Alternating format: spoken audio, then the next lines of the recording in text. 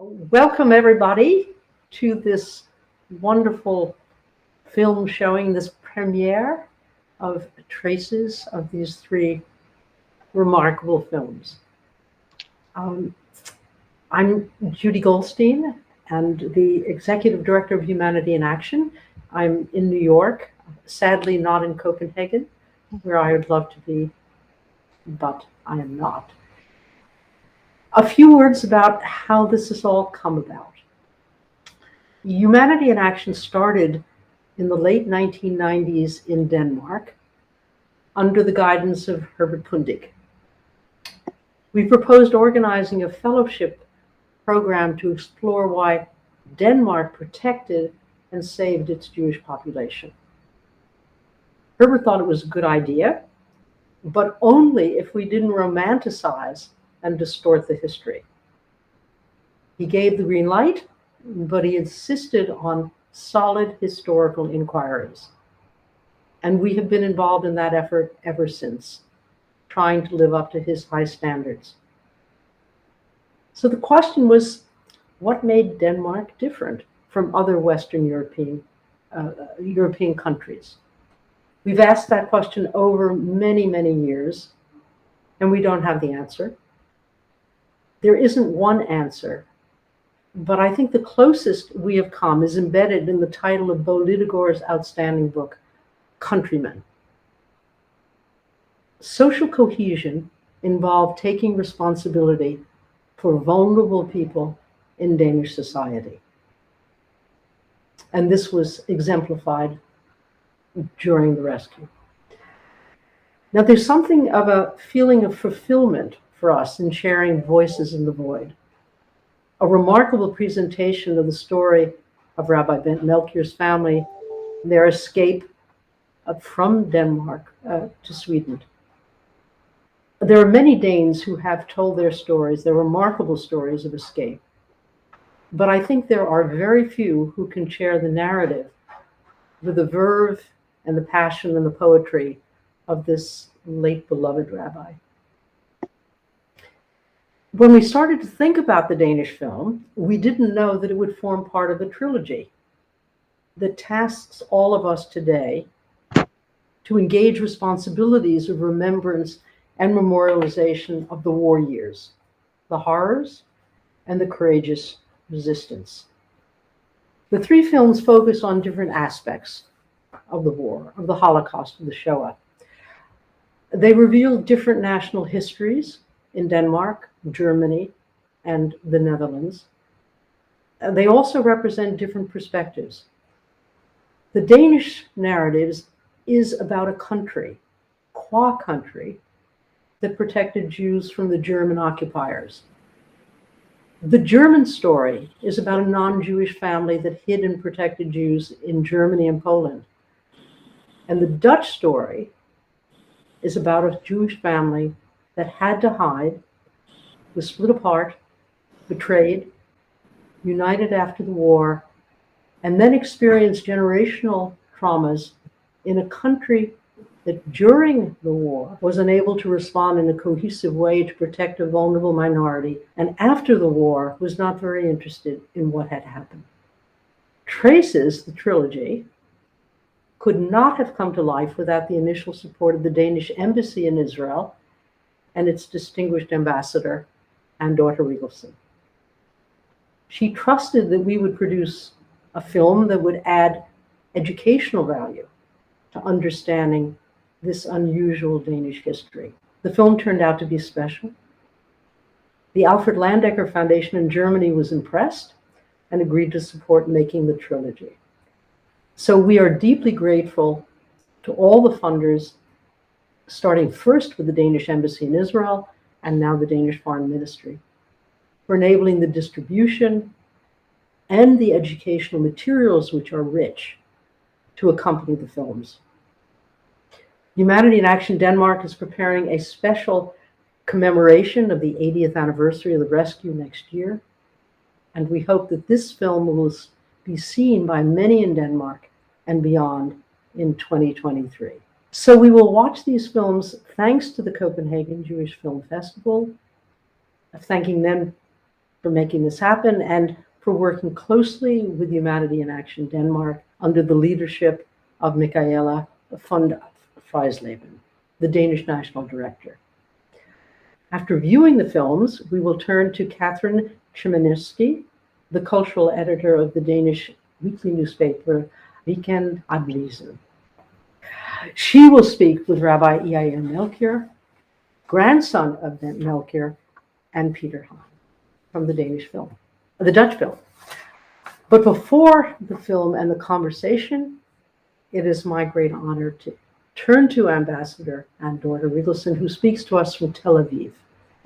Without her wisdom and guidance, we would not have the trilogy of Voices in the Void, Two Trees in Jerusalem, and My Father's War. Madam Ambassador. Thank you, Judy. Thank you very much, and thank you for inviting me to this world premiere, which is so apt that it is taking place in Denmark. You are too kind, Judy, because why should I be thanked for receiving a gift? And it was a gift to me when I arrived here from New York, where we cooperated on many other issues, Humanity in Action and the Consulate General of Denmark in New York. But when I arrived here in Israel, Judy called and said, I have an idea. That's usually how Judy starts her conversations. And the idea was this movie. And I could see that this was a gift for somebody like me who is put in the role of creating bilateral ties to Israel. And I took it as a prop for that and tried to use the film both in creating ties to Denmark, and I'm so happy that the Ministry of Culture, the Ministry of Foreign Affairs, and other Danish supporters could see the wisdom of reintroducing this story to Israelis who know it. But Israel is a young country.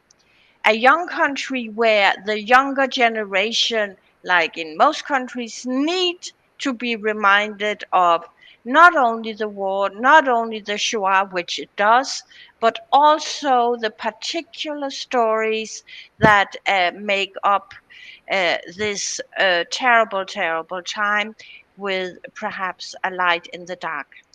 And this was what I tried to do, not alone, because you cannot do anything alone, by cooperating with a fantastic partner here in Israel, Ghetto Fighters House, a museum, which takes its inspiration from the Warsaw Ghetto, the uprising, but also the many, many painful stories.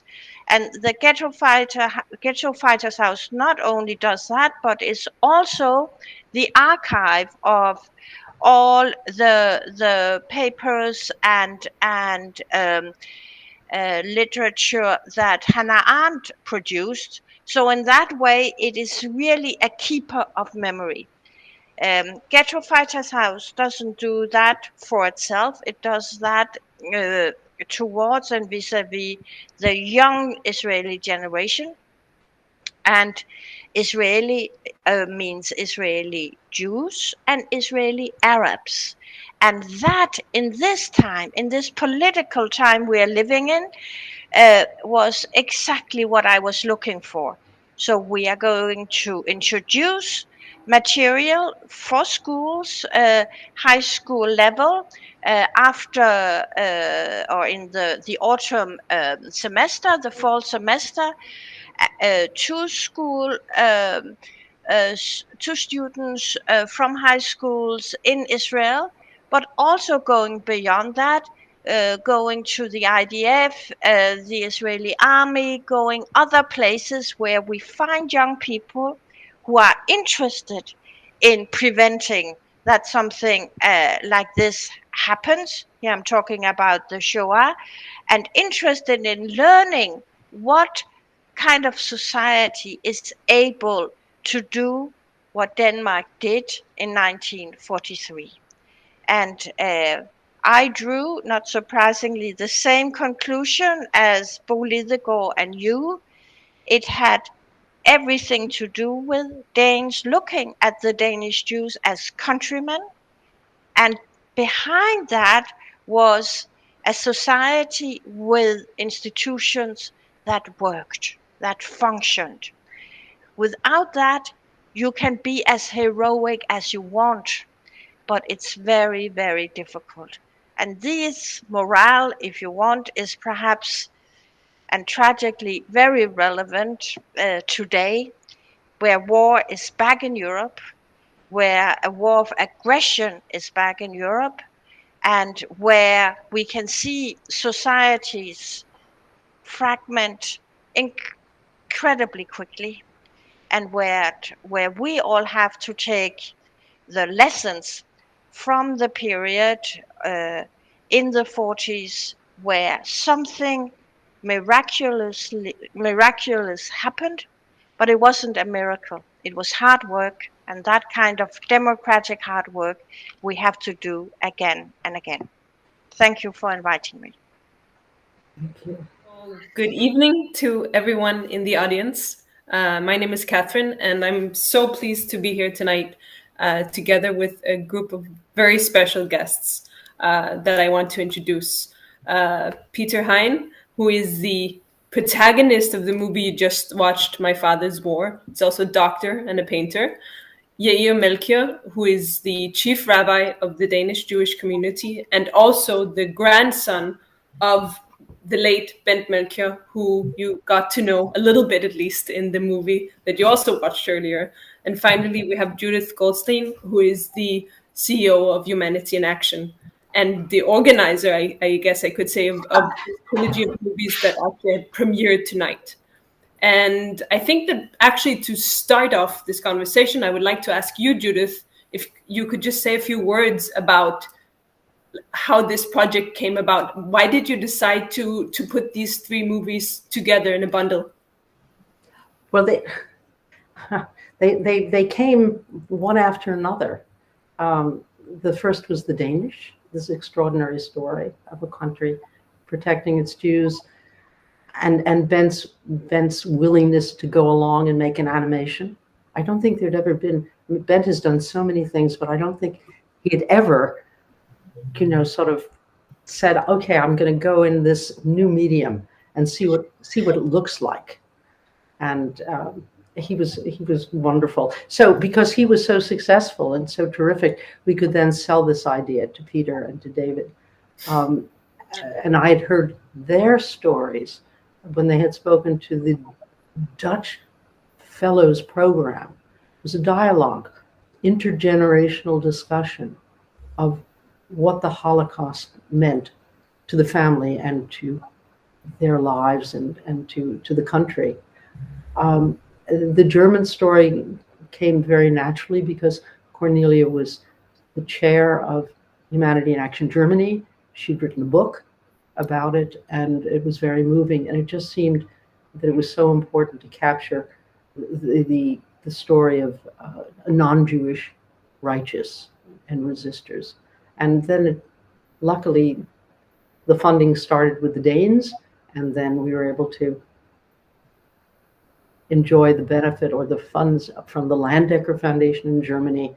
And now we have the premiere of the three. That's the story.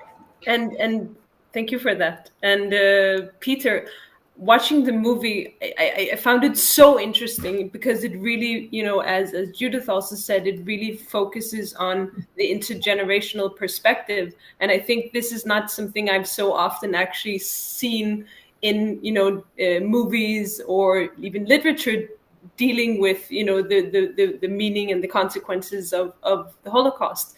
And I wanted to ask you, when did you start to realize that what happened to your parents, but also to yourself, was actually also, leaving traces in your children, in their generation? Yeah, well, I don't know that. I don't think I saw that immediately. It was the other way around. My mother was all the time talking about their hiding in the Netherlands. I'm the only child. I'm from 39. And we were hiding during the war in the Netherlands during more than 2 years. And most people don't talk about the war. They don't like to talk. But in our case, my parents told me a lot of their hiding, and I know a lot of my own hiding. And when the children were born, I realized that these stories were important to tell them, not in a dramatic way, but just in the way according to their age. And then later on, I realized that it, of course, influenced them in a certain way, not in a dramatic way or in a traumatizing way, but the war is never far away in our family. I mean, in just little things during normal life, sometimes a sentence escapes my lips, in fact, when I say, oh, this smells like the place where I have been hidden in Haarlem during the war, things like that. But this influences, of course, your relatives and your children. And if we sort of switch the tables, because you grew up, with your grandfather, and in your childhood, did you experience? Did he talk about this? Did the war and the wartime experience have a presence in your life? I would say not only that it had place in our life, that was one of our center core identities of who we were. By the way, both sides, not only my father's side but also my mother's side, hearing their stories was something that basically every time we met, we had some more stories, sometimes the same stories, something new. My grandfather from my mother's side took us several times to the resistance museum in Copenhagen. This was part of who we were. The idea of, thanks to Scandinavia and knowing our story, this was a major part of our identity, who we are and who we are supposed to be as people, as Jews and as people. It's such an interesting question, right? What does it do to us? Like, what kind of people do we become when we surround ourselves with these stories and tell them to ourselves and tell them to our family and loved ones? I mean, what are your thoughts on that? I think it's I have a conflict, because personally, this is definitely a big part of who I became in a very positive way. But it's easy for me. I experience the good story. Like I experienced the story that there's no doesn't include nightmares and doesn't include what you see in the other film. These parts that my grandfather, he was afraid, there was a situation, but we grew up on the rescuing and how thankful, grateful, and how good the Danes are. So all the other aspect wasn't part of who we were. Now, when I meet others who have very different stories, it's much more complicated. And there I would say even people who experience a Danish story could go with a very different telling. Like you could have different storytelling in the way people absorb, implement them in their lives, that is very, very different. The focus on in recent years in Israel, it became a very popular thing to say the these stories, they weren't that as good as they tell. It's a national sport in Denmark also not to undermine some of the rescue. It wasn't really dangerous, or it's the different stories. And part of it is, I think, in a way, is we want to hold to the story that everyone are against us. There are people who can't accept the fact that there are real righteous among nations. It's like we have to, maybe because we painted a too good story. That's why in the recent years that they will write about how much did they pay or not pay the fishermen that took us the Jews to Sweden, which I find maybe because I have to hold strong to the stories of my family. I say yes, but remember that there are so many hundreds and thousands of people that helped on the way to the coast who didn't get paid anything, and they didn't know that it was less dangerous than in Holland. They didn't know that. They risked their life regardless if there were Nazis after them or not. But is it because I grew up with that story and I insist? Like, I really ask myself, is it because I grew up on my grandfather's very, very positive way of describing the stories, and so I insist on his story, or is it because it's the right story? I'm actually not sure. What would you, Peter, when you reflect on the stories you grew up with, not just as being told to you, but also as experienced to you, how are they? I mean, tonight we're discussing several Holocaust stories, right? Because we have the Danish story, which is very different and particular, and we have the story that you grew up with. In the Netherlands, of course, the situation was completely different, I think, because the Dutch population, in fact, cooperated very much with the Germans, and there was a lot of betrayal and a lot of looking away. In fact, in the Netherlands, the relative amount of murdered Jews is the highest of who occupied Europe. I mean, 75% of the Dutch Jewry is murdered. Of the 140,000, 102,000 were murdered, and just a few people who dared and who had the wisdom to hide, like my parents. So there were, I think, 40,000 of the 140,000 Jews in the Netherlands who went into hiding, and about half of them, or less than half of them, survived. And that's because of the betrayal of, because when you are hidden, but if you are betrayed, then it's death. So the situation was completely different, and in fact a very bad situation. And the older I grow, the more I get angry about the stories we heard just after the war, that the Dutch resistance was very strong, which was not true. And I don't feel good about it, you know. And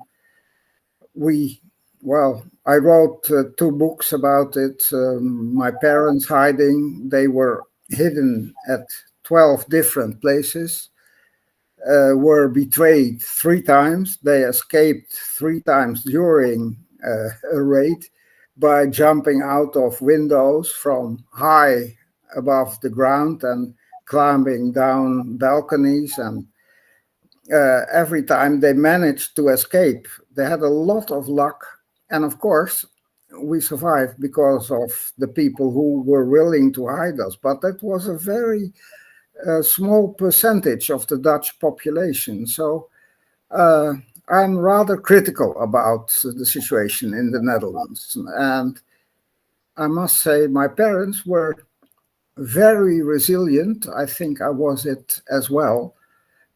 And they could talk just very wise about it, and it's a good thing. It's not. They were not dramatic. They were not telling dramatic stories. They just told what happened, and very clearly just what happened, and that made that.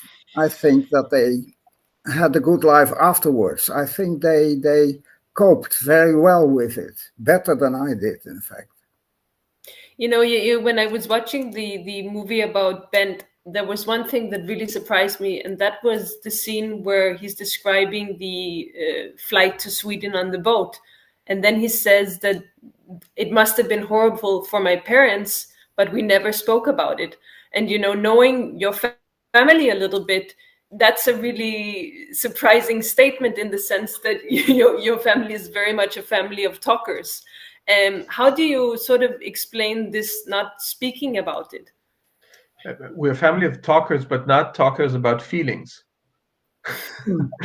This is a very big difference, especially not about like family thing. That's not part of the. We really like the talk about the important stuff. Solving the humanity's problem. So I can definitely see why he never spoke about these things with his parents. I did hear, for example, in the film, you can see that they come back with a new born child, a girl, and she was born in Sweden, and my grandfather told me that he was furious with his parents when his mother told him that she was pregnant. So this is irresponsible. Like he felt at 15 years old. Like now, like you have a family. We have a different obligation and responsibility. He really loved his little sister, so no worries about that. But that was the first time I heard something about the family relationship, when he told me about this story, which I didn't know about, and reflects in the movie in a way. I think my grandfather also focused on different things of the story when he grew older and older. People knew my grandfather, knew that in the early age he was a very strict person, and he became much more, just as many happens to many older people, that with the age they become more I don't know what the right word, but suddenly he became very soft, and the story got a new face. Like it was a new story. It wasn't about the heroism, like the story. I grew up in the heroism, and suddenly the focus was on human gestures, and so there was a twist in my grandfather's story. He experienced as a 14 years old, where you already remember it's not something that is, but still, I think understanding the story was with some kind of renewal within his own experience of that, and that's why that question that he asked in the movie, I never heard him asking this question. So and I heard him tell the story an hour and a half long, and much more, and every time with something new. And what about you, Peter? Has the story, you can say you tell yourself, but also others, how has that changed throughout the years? This is a question to me? Yes. Yes. It changed. I mean, a long time ago, I had not so many bad feelings about it as I do have now. Now I know much more about what happened, in fact. I mean, the whole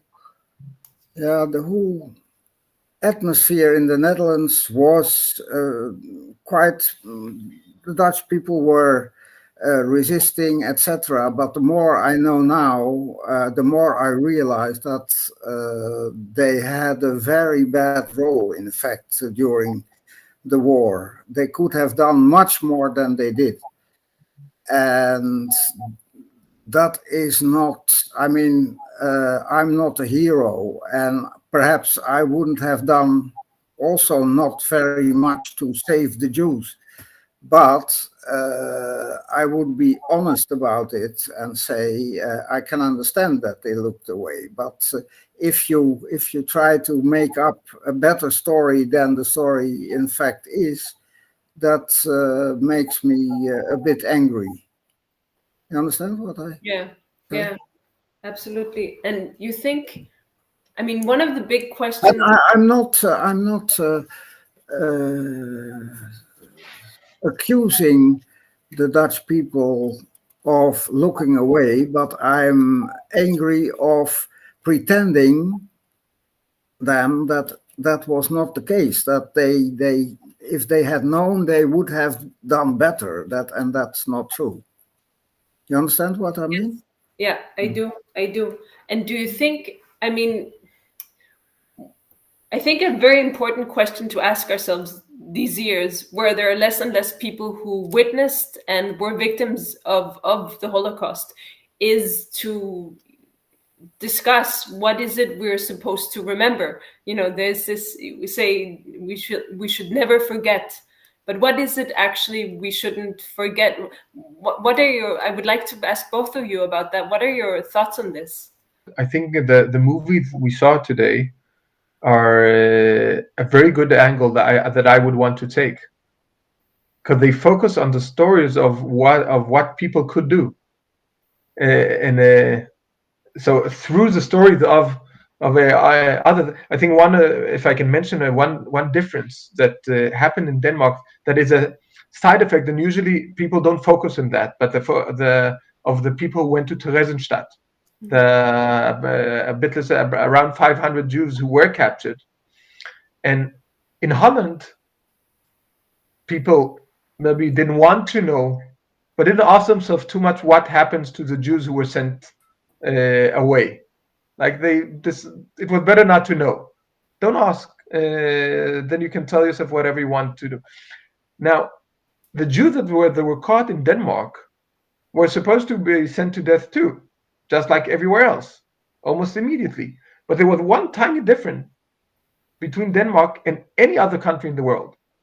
That the Danes asked the Nazis, what is happening to the Jews you took? And that was enough to prevent the Nazis of killing them. We don't need people to know, so we'll just hold them alive. And what would have happened if the Dutch government asked, what is happening with our citizens? Or the French, or any other, Belgium and all the other small countries. If the countries ask what is happening with our Jews, will the Nazi have killed them too? Sometimes huge things could have changed with small gestures. Now, this is not about a person who risks a lot. I'm sure that the most of us, including most of the Jews, we would have been just as bad and just as good as everyone else. Some of us would have saved a few. The majority would not risk our lives to save the others. That's human nature. It's amazing to see these people, but I think that's a too high level to expect of people. Like I'm also realistic. I think these are admirable things that should inspire as many as possible from us. But I don't think that's the expectations we need to go to. Every one of us is supposed to be a Chasidu Moto Olam, righteous among the nations. I don't think but the fact, the idea of looking at the other, asking about him, being curious and caring, even that could have been made a huge difference. And that is something that we have power as people if we care. Not only if we risk our lives, like the amazing people who are the 27,000 people who are honored in Yad Vashem, but every one of us. And this is something very relevant in times of war that happens around the world. Caring, asking, has an effect. We do have some power. The main question is, do we let what's happening going like near us? Well, are you suggesting that when we would have asked the Germans in the Netherlands what they were doing with the Jews, that they would not have been murdered? I'm saying it might have, because that's what happened in Denmark, and with no doubt, the Jewish Danes who were caught were supposed to die. That would happen. The people they took from Norway died the same day they came into Auschwitz. Like they took them all the way from Norway. The day they came to Auschwitz, they were murdered. The Danes were supposed to have the same end in the same place as every other Jews. The only difference was the Danes asked. No one else asked. I'm not an historian, so I don't know if it's. But this is something really for me, like understanding that these things happen because of a situation. Like if everyone look the other way, then they know no one cares. Yeah. This is part of a situation, and then the Nazis know they're actually doing the world a favor because no one wants these Jews. So they were like doing the dirty work for many European countries that were also happy to get rid of the Jews.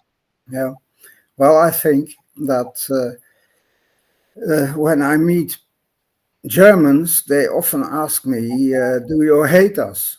And in fact, I don't hate them because I'm sure that under the wrong circumstances, everywhere could have happened what happened during the Second World War.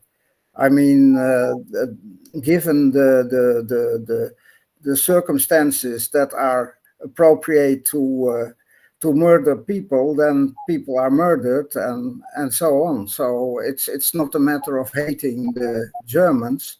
It could have happened everywhere. And but if you ask me what could we learn from it, I think, and that's what we see now at the moment, we have to teach people what has happened, and we have to teach young people what has happened. And education is the main thing to prevent what is going on and what may happen. And education about the Second World War is very important, and I'm afraid that the education is not so strong as I would like it to be at schools, for example. And here in the Netherlands, many teachers don't dare, in fact, to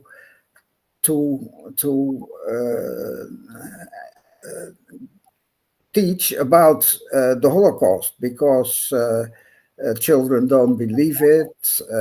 There are many people from abroad who have other ideas about it, and it gives problems. And so what can we, I mean, the words never again are a little bit empty, to my opinion, because we see never again in Ukraine, for example, now. And what amazes me, in fact, is that we are giving very much attention to what is going on in Ukraine.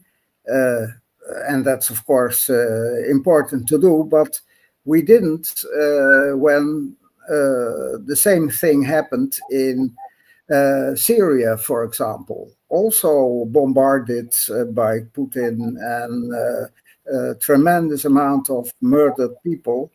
So it's difficult to give an answer, just an all-inclusive answer to this question. Yeah, of course. If we take a step back, because what Jair suggests is also this, you can say very using it or thinking of it as an inspiration. I think that knowing about the Holocaust, it's also, you can say, it's a lens through which you view the world. I had an experience one of the first days after the war in Ukraine started. I work at a newspaper and we have a database. We receive photographs from the world press.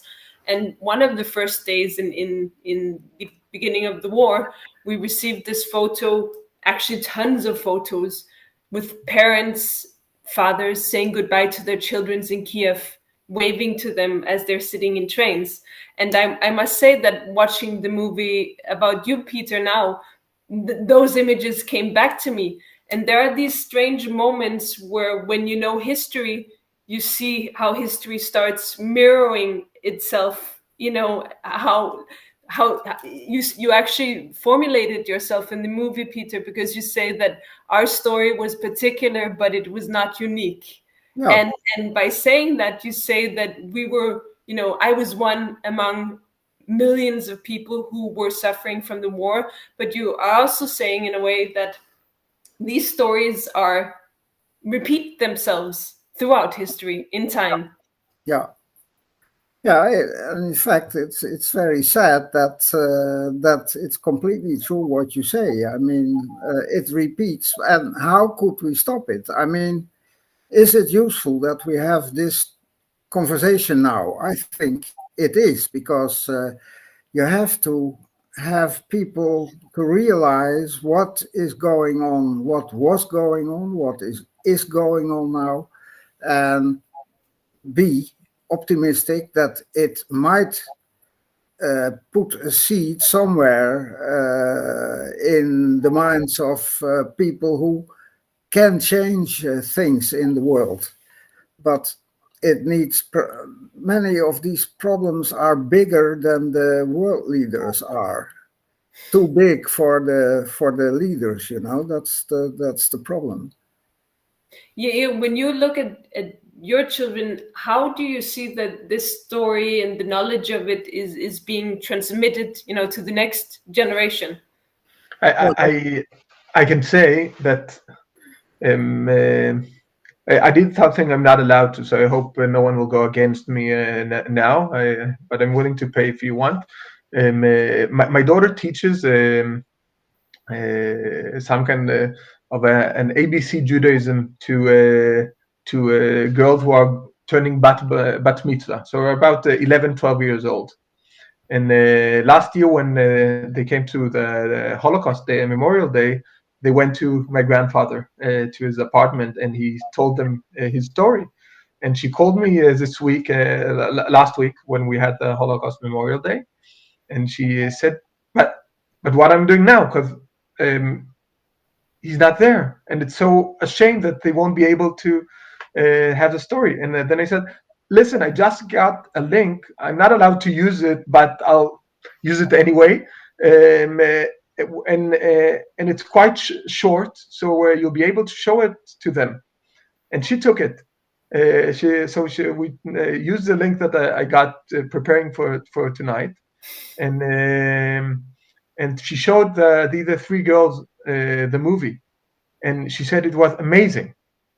It was like it's made it's gets exactly what we want. I'm not sure if in an evening like this, because I'm quite sure that everyone in the audience today are not people that we need to teach the importance of remembering the Holocaust. So, but using this movie, if every one of them will use this movie as educational material, which is the meaning behind it, I can see that Judith nods, so I'm not completely wrong. I can see how this works. We are in a period that gives us a great challenge, that we have to choose. As you asked us, Katherine, and I agree completely. Now we have to choose what needs to be remembered, because we're not able to. We can't say we have to remember everything. It's not possible. That's not how history works.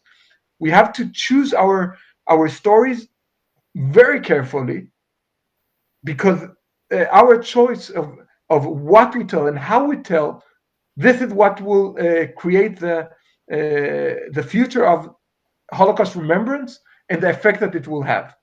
And I have to say that watching the movies today, I became very optimistic on the how good it can be used. There are many examples of very bad use of Holocaust. I think where I grew up in Israel, Holocaust remembrance was used very wrongly, and I would change completely the way it is in the educational system in Israel. But I think this is a very clear step in the right direction, and I can see the effect.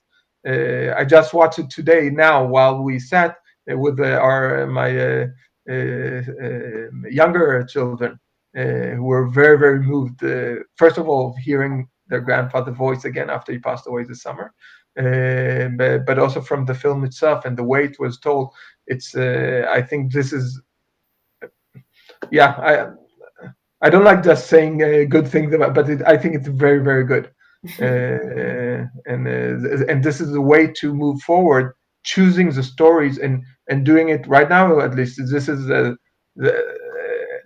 spirit of the time is short stories and individual stories of people that we can identify, not about numbers and not about and this works. Listen, we're out of time. So I want to thank you, Yair. I want to thank you, Peter, so much for being here tonight. Peter, for making the movie. I also really enjoyed it. And also thank you to you, Judith, for organizing all of this. It was a wonderful event. Thank you very much. Yeah, and a wonderful conversation.